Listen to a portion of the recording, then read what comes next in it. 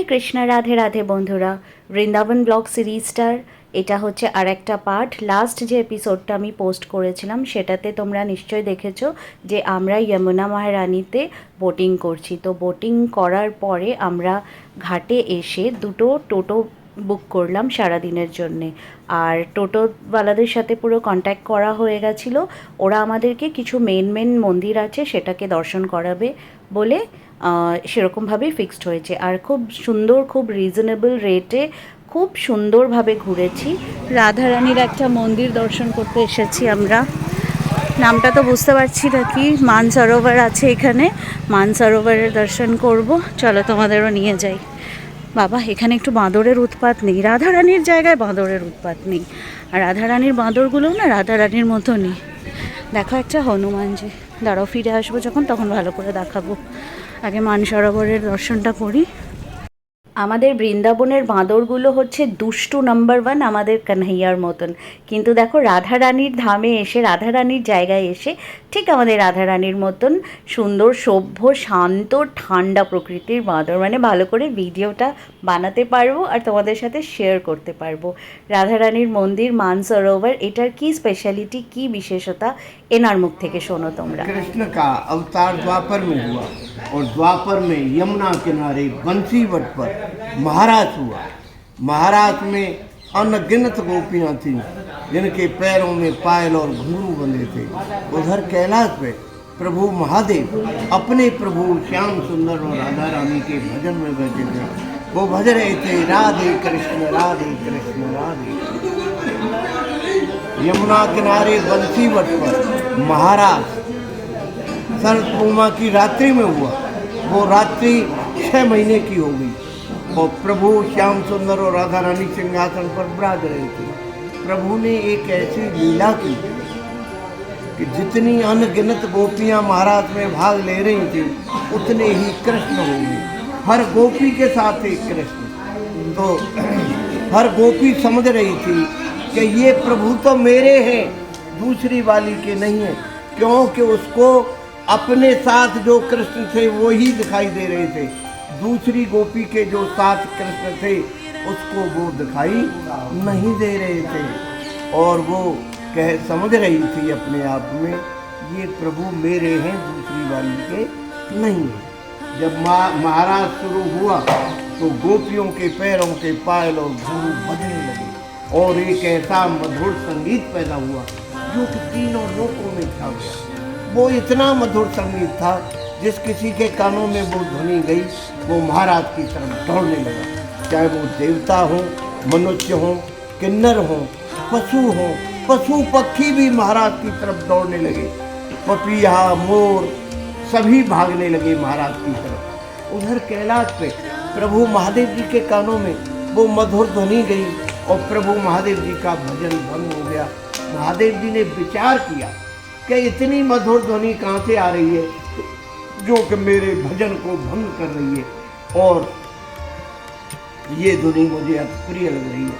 तब प्रभु महादेव जी ने अपने विवेक से पता लगाया तो उनको मालूम हुआ कि ये तो यमुना किनारे बंसी वट पर महाराज हो रहा है और मेरे प्रभु सिंहासन पर विराज रहे हैं। मैं भी चलूँ, अपने प्रभु का दर्शन करूं और महाराज का आनंद लूं। माता पार्वती और प्रभु महादेव उसी क्षण वहाँ से चल दिए और उस जगह पर आए जहाँ महाराज सो रहा था। वहाँ महाराज के चारों तरफ 2 गोपियाँ पहरा दे रही थी, ललता और विशाखा। माता पार्वती उस महाराज में प्रवेश हो गई और प्रभु महादेव जैसे ही प्रवेश हो रहे थे तो उन गोपियों ने जो पहरा दे रही थी उन्होंने उनको रोक दिया और उनसे कहा, देखो प्रभु आप तो पुरुष हैं, आप इस महाराज में प्रवेश नहीं हो सकते क्योंकि इस महाराज में सभी गोपियां जनानी हैं, पुरुष अकेले प्रभु श्याम सुंदर हैं, दूसरा पुरुष इस महाराज में प्रवेश नहीं कर सकता। महादेव जी गोपियों की इस तरह की बात को सुनकर बहुत निराश हुए और निराश होकर के बोले, अरे गोपियों मैं तो कैलाश से आया हूँ अपने प्रभु का दर्शन पाने के लिए और महाराज का आनंद लेने के लिए। आप लोग मुझे कोई उपाय बताइए जिससे मैं भी प्रभु का दर्शन कर लूँ और महाराज का आनंद ले लूँ। गोपियाँ बोली, प्रभु बहुत सीधा उपाय है। आप यहाँ पास में यमुना जी बह रही हैं, आप वहाँ जाइए और यमुना जी में स्नान करिए। यमुना जी से निवेदन करो, प्रार्थना करो कि हे यमुने मेरा गोपी रूप हो जाए। प्रभु महादेव ने यमुना जी में 3 डुबकियाँ लगाई और वो गोपी बन गई। जैसे ही गोपी बने, यमुना जी ने तुरंत प्रकट होकर अपना सारा श्रृंगार दे दिया। अब यमुना जी ने प्रभु महादेव को गोपी बनाकर सजा धजा कर महादेव जी से यमुना जी ने कहा, अब प्रभु आप गोपी बन गए और आप जाइए महाराज का आनंद लीजिए। जैसे ही प्रभु महादेव महाराज में उन्होंने प्रवेश किया, प्रभु की नजर गई उन पर, तो प्रभु तुरंत सिंहासन से खड़े होकर के बोले, आइए गोपेश्वरी, आइए गोपेश्वरी, और बड़े आदर और सम्मान के साथ अपने बराबर सिंहासन पर बिठा लिया। ध्यान दीजिए, उसी समय से महादेव जी को गोपेश्वर महादेव के नाम से जाना जाता है। लेकिन इसको बंद कर दीजिए। लेकिन इस बात से राधा रानी गुस्सा हो गई, नाराज हो गई और गोपियों से बोली, अरे गोपियों देखो आज प्रभु ने क्या लीला रच दी। आज एक अनजान नई गोपी आई है, काली कलूटी, उसको प्रभु ने अपने बराबर सिंहासन पर बिठा लिया और उससे कहा है गोपेश्वरी।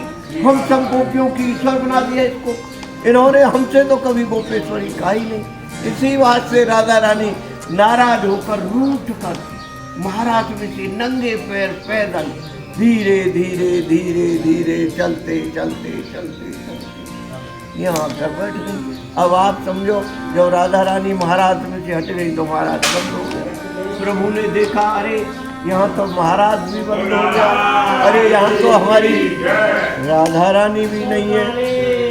तब प्रभु ने पुकारना शुरू किया और प्रभु व्याकुल होकर राधा रानी को पुकार रहे हैं। चारों दिशाओं में खोज रहे हैं कि हे राधे आप कहाँ हो, हे किशोरी जी आप कहाँ हो। प्रभु चारों दिशाओं में खोज रहे हैं। देखिए, जिस रास्ते से राधा रानी आई थी उस रास्ते में ब्रज की रज में राधा रानी के बहुत छोटे छोटे पैरों के चिन्ह बने थे। प्रभु की नजर गई तो उन्होंने पहचान लिया कि ये तो हमारी राधा रानी के पैरों के चिन्ह हैं। उनसे रज लेकर प्रभु ने अपने मस्तक से लगाई और उन चिन्हों को प्रभु खोजते खोजते खोजते खोजते यहाँ राधा रानी के पास आए। यहाँ आकर प्रभु ने राधा रानी को खूब मनाया, खूब मनाया, खूब मनाया। राधा रानी मनने में नहीं आई। प्रभु सोचने लगे कि भाई ये तो मनाने से भी नहीं मन रही है। तब प्रभु इनके पैरों में पड़ गए और पैरों में पड़कर बोले, देखो राधे आप गुस्सा हो गई, आप नाराज हो गई। वो कोई मामूली गोपी नहीं थी, कैलाश से प्रभु महादेव आए थे गोपी बनकर महाराज देखने के लिए। देखो राधे अब आप अपनी गुस्सा छोड़ो और हमारे साथ चलो। राधा रानी बोली, प्रभु अब मैं कैसे चलूँ, मैं महाराज के नंगे पैर आई हूँ, पैदल चलकर आई हूँ, मेरे पैरों में प्रभु छाले पड़े हैं, प्रभु मैं बहुत ज़्यादा थकी हुई हूँ, प्रभु अब मुझसे नहीं चला जाता। तब प्रभु श्याम सुंदर बोले, अच्छा राधे आपके पैरों में छाले हैं, आप थकी हुई हो, आप चल नहीं सकती हो, तो आओ हमारे कंधे पर जाओ। जैसे ही राधा रानी प्रभु के कंधे पर बैठने को होती हैं, प्रभु अंतर्ध्यान हो जाते हैं। जब प्रभु अंतर्ध्यान होते हैं तो राधा रानी प्रभु की याद कर करके खूब रोती हैं, मेरे श्याम कहाँ गए, मेरे कन्हैया कहाँ गए, मेरे प्रभु कहाँ गए। और राधा रानी प्रभु की याद कर करके उनके रोने से, राधा रानी के अश्रुधारा से, आप ये जो सरोवर देख रहे हो ये राधा रानी के अश्रुधारा से भरा हुआ सरोवर है। यहाँ राधा रानी ने मान किया और मान करने से उनके आंसुओं से ये सरोवर भरा है, इसी से इसको मान सरोवर कहा गया है। और इस पूरे स्थान को राधा रानी मान सरोवर धाम सिद्धपीठ कहा गया है। यहाँ प्रभु अपनी बंसी और मुकुट यहाँ राधा रानी मंदिर में छोड़कर द्वारका चले गए। यहाँ से जब कभी भी आपको द्वारका जाने का सौभाग्य मिले तो वहाँ बंसी और मुकुट का दर्शन नहीं होगा, वहाँ सुदर्शन चक्र का दर्शन होगा। और देखिए ये बड़ी पवित्र भूमि है, तपस्या की भूमि है, प्रेम की भूमि है।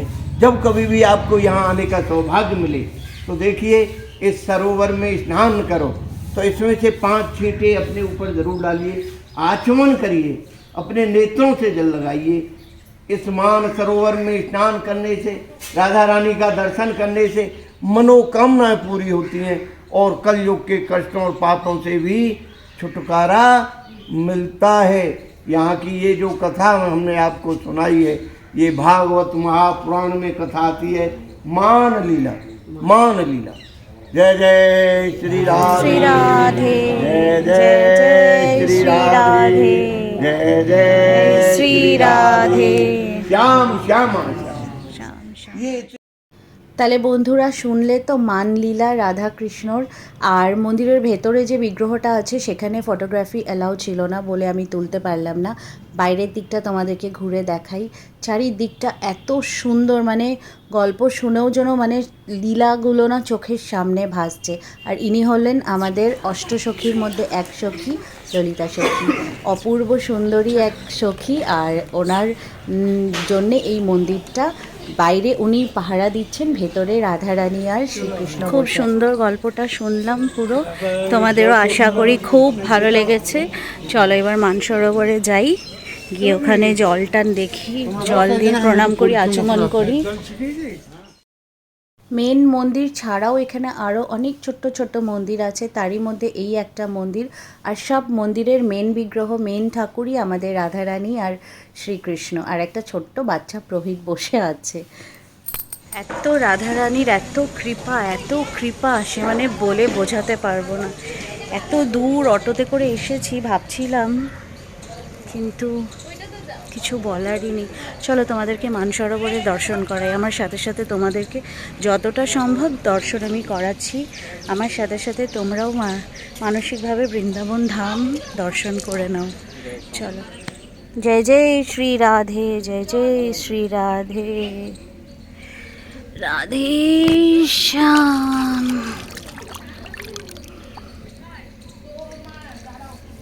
শ্রী রাধে, শ্রী রাধে।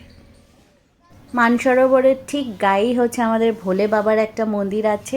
এই সেই ভোলে বাবা যিনি গোপী সেজে রাসলীলায় এসেছিলেন মহারাস করতে। তবে ওনাকে শ্রীকৃষ্ণ যেই স্থানটা দিয়েছেন সেটার দর্শন পরে করাবো, সেটা হচ্ছে গোপেশ্বর মহাদেব। এইটা গোপেশ্বর মহাদেব নয়। সেই হনুমান মন্দির।